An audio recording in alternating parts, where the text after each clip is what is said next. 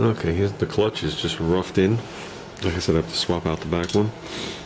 And this isn't shimmed, so it's just flopping. And the bottom isn't bolted on. It's just laying there. The bottom's actually at its lowest position that it would be. Right, yeah, it's pretty much lined up with the hole. So just to see if I have enough clearance on here, which I thought I did, more than enough. And I kind of like that. Not going to be much chain slopping around there. Not a lot of area for the chain to slop around.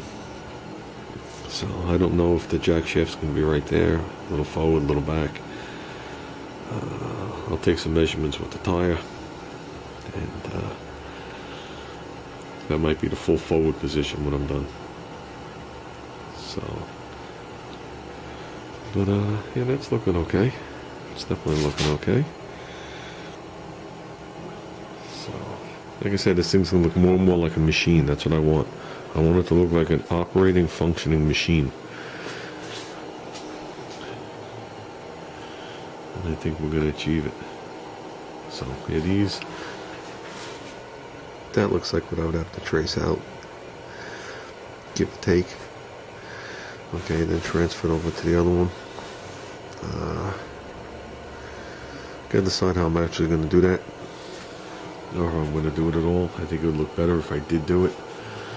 But that might be something I weld to the frame and go in there and half round it or something. I gotta decide, because if I cut it too short, it's gonna give me a problem.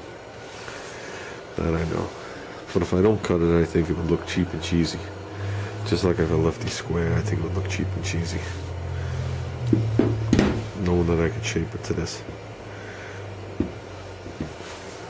So I think we're gonna do a little work to those plates and cut this off. So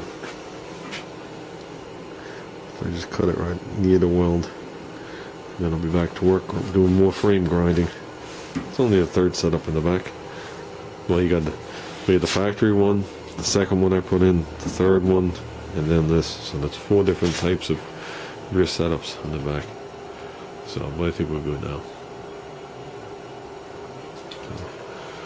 That's it, guys. Like I said, I'm going to ease back into this because I haven't thought about it that much because I didn't have the plates. So I got to do a little thinking. I'm sick of cutting this thing apart and re-welding it together. So I think this is going to fall right into place as soon as I do this. I don't want to commit to that until I do this, because I want to have the tire in there and see how much clearance I have, which I should have plenty, but I want to have it in there just in case. So, and I might put these plates, so I was thinking of mounting them instead of mounting them up on top, like off to the side. And I think I'm going to mount them on the outside. I think that might be the way we're going. I'm not sure. Or, nah, I guess maybe on the inside. Stand them up, maybe dead center on it, and have this plate off this way just a little, into like the curve. So, I don't know what would look better.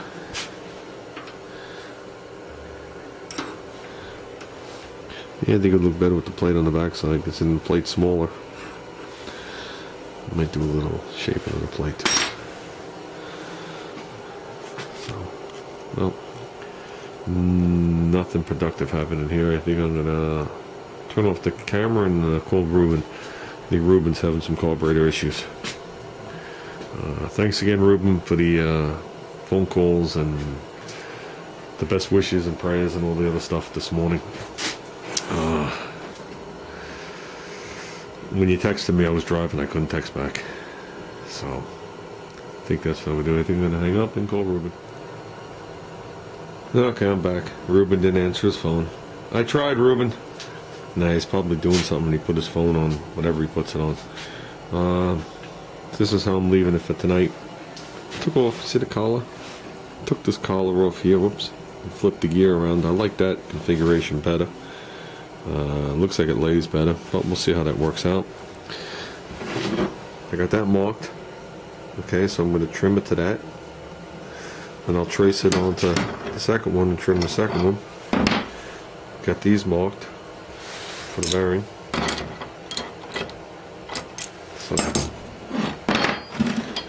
basically what I'm going to do is I'm going to take these 2 plates to work tomorrow and make them what they have to be.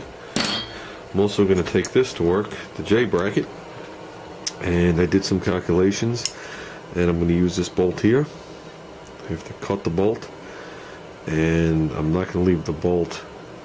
I'm going to make the bolt flush to the back of this, but I'm not going to just leave the bolt regular. I'm going to V it down, and I'm actually going to V the bracket just a tad, not a lot, because I have a feeling we're going to be able to melt right into this bracket. It's only 1/8, and then I'm going to put a nice bead around it and machine it flat, so then this thing will have a stud sticking out, and I'll be able to shim it with a nut.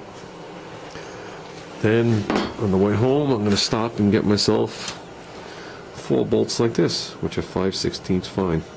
I don't have any other than the one I was using, so then when I start doing mock-up, I could actually bolt these things where they belong, rather than have them hanging and flopping all over the place. So I got to remember to put that here. So that should be enough to get done tomorrow, and then come home with it. Then we'll do some more. Definitely cannot mount those tabs till these are removed and ground off. So